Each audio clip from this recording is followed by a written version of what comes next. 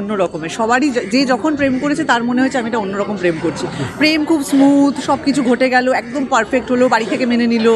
হ্যাঁ, বিয়ের প্রেমের ঠিক একটু পরেই প্রেমিক বা প্রেমিকা চাকরি পেয়ে গেল ঠিকঠাক অ্যামাউন্টের, এরকম কখনো হয় না। কিছু না কিছু একটা ব্যাগরা তোমার বাঁধবেই আর কি।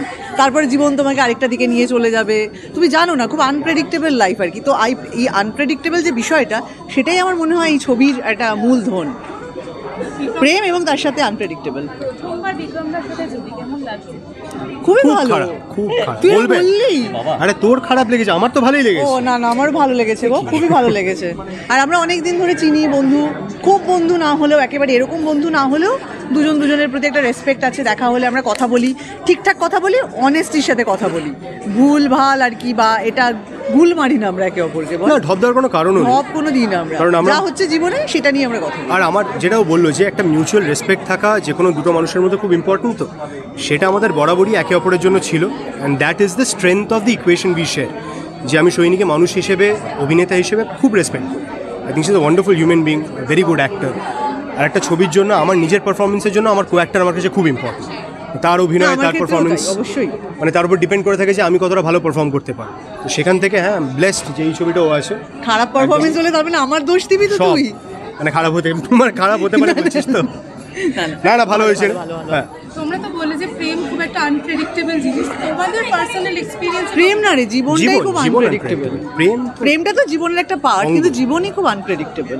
আর প্রেমের সময় বাঙালির ভ্যালেন্টাইন্স ডে ঠিক আগেই মুক্তি পাচ্ছে, দর্শকদের খবর বলবো যে প্লিজ, প্রেমের ছবি, বন্ধুত্বের ছবি, entertaining cinema, out and out মজা করার সিনেমা, ভালো গান, গিয়ে দেখুন, সব পরিবারে গিয়ে দেখুন, প্রেমিকার সঙ্গে গিয়ে দেখুন, প্রেমিকের সঙ্গে গিয়ে দেখুন, বন্ধুদের সঙ্গে, বাট দেখে জানান কেমন লাগবে।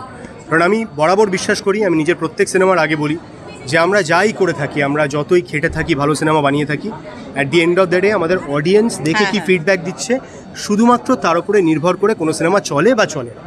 সুতরাং আপনারাই সব, আপনাদের ফিডব্যাকের উপর ডিপেন্ড করে আমাদের সিনেমা চলবে বা চলবে। প্লিজ দেখে যান। এবং অমর সঙ্গী নামটার মধ্যে একটা নস্টালজিয়া রয়েছে প্রচন্ড।